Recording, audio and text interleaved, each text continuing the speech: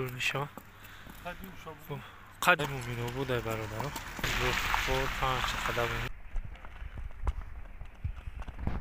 سلام علیکم و کل مردمی که ویدیوی ما را تماشا میکنن برادران. روز 25 دکبر سال 2024 اسب را سیموکا میکنیم. دید تا اسب برادران سیموکا میکنیم تماشا کنیم. اسبای بهترینه.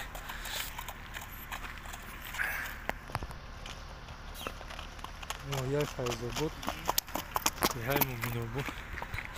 دیهای مومینو بود برادران.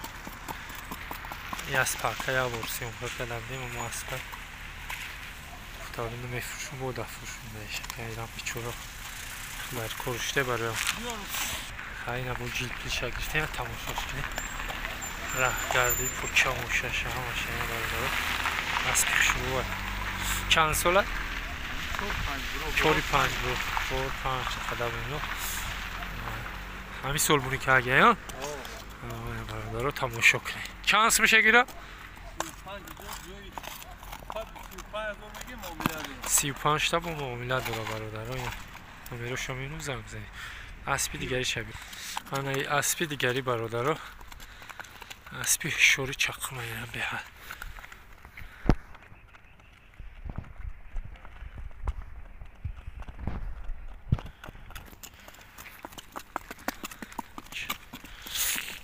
چند ساله؟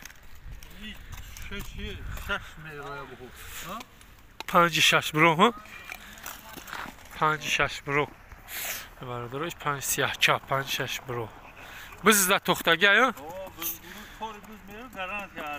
هاش گارانتی قطعی ها ایست شش کی شما این مومن بود اینا یک فیض بود نه پوچه‌شون ایش نرخ شانس من ایش 30,000 میگیم ایش معامله ایش 30,000 با معامله دار. یا برادران اسب را تماشا کنید پوچه‌شون اینا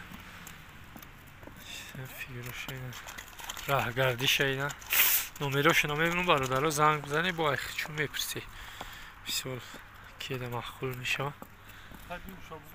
قدیو چند بود؟ 165 ایوش 165 بوده.